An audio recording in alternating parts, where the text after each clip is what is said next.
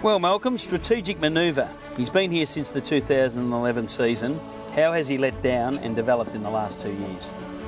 Oh, I think he's done exceptionally well, probably a lot better than what we first thought when we first saw the horse going back 2.5 years ago when he had that terrible injury where they were going to put him down. And from what he is today now, it's a completely different horse. How did he manage to arrive here? Well, we were looking for a Royal Academy horse. I've always wanted one, and some agent from in New South Wales, I think it might have been Brett Howard, mentioned that Gorey were possibly going to sell Strategic Maneuver after he'd broken down, but they weren't that keen to sell him or to let him leave the property because he was in such a bad way. And I rang Andrew Baddock, and Andrew said, well, don't come now because we don't know how long we're going to have him for. But they worked for a number of months in a box to keep him sound. His massive quarter cracks and where he'd broken his pelvis had a giant infection, and it took a long time to get him over that infection. And eventually we were invited up to have a look at him. I said to Andrew, I said, well, we'd love to stand the horse for Mr. Coanco, and he could send all his mares to us and we could do it for him. And I said, but we'd like to buy into him. And Andrew said, well, I don't know. I think he's just going to keep him on the farm and serve a few mares privately because they've got such a rap on him. But the following day, on our way home from Mudgee, Andrew rang us and said, I've spoken to the old fellow and he's agreed to sell the horse. Well, he was only a lightly raced horse, but Gai Waterhouse has paid him a huge compliment, saying he was comparing him to some champions that she's had. So that must give you a lot of confidence in the horse. Well, she stated that he was the fastest horse she'd trained since Dance Hero and Sebring, and he proved that in his trials, his first 2-year-old race. And now he asked the favourite to go, and it waved them goodbye. Strategic Maneuver, shot for home with 150 to go, and it will trounce the opposition about 3 or 4 in front, and Strategic Maneuver in a soft win. He was always plagued with quarter cracks, which is a crack in the hoof, and it's very difficult for them to improve or repair because their foot is contracting and expanding all the time. So it's difficult to treat.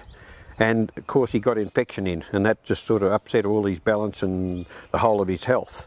But eventually they got him reasonably sound, and then he came back to the track 2 years later and went out favourite for that night meeting at Canterbury. And unfortunately, he won a couple of trials or 3 trials before he went into that race, and they just couldn't believe that a horse could come back as good. Well, he came back all right and led the field right up until probably the last furlong, and you could see Nash get up out of the irons and stop riding him. You could just about see it on the video to see where he's broken his pedal bone, and that's when it all finished for the stallion. We still have to monitor his feet pretty well. He's throwing beautifully footed horses. There's no repercussions coming back on Strategic with the feet. They're just really, really lovely sound babies. He's the son of European champion Milo Royal Academy, the sire of another successful Australian sprinter, turned sire Ballesprit. Does he throw to his sire's line? Well, I've been told that Royal Academy's best horses are chestnuts. And he's a very, very dark chestnut himself. I believe his temperament is probably better than a lot of Royal Academy horses, from what people have told me. I haven't had a lot to do with them. His temperament is first class. He's just a cool man, very, very cool. And I think he might throw more to Masqué and Todman, in the Star Kingdom line with the chestnut colour. But I don't know how the mix is going to come out. Well, you mentioned Masqué. That's in his female family. Tell us a little bit about that side. Well, his female side is Crystal Gauntlet, and she's by Masqué, as we know. His second dam is by Vane, and his third dam is by Todman. So we've got 3 of his first dams, all by Golden Slipper winners. So the injection of speed that's gone into it, down the track you'd think there'd have to be some really, really fast horses come through. And also Twiglet's in there, who's Twiglet, also the dam of some champions. Yeah, Twiglet, she's on the 3rd dam, and that dam line has all been very strong because we've been mixing Snippett's mares with Strategic Maneuver, Canny Lad mares, Swazier mares.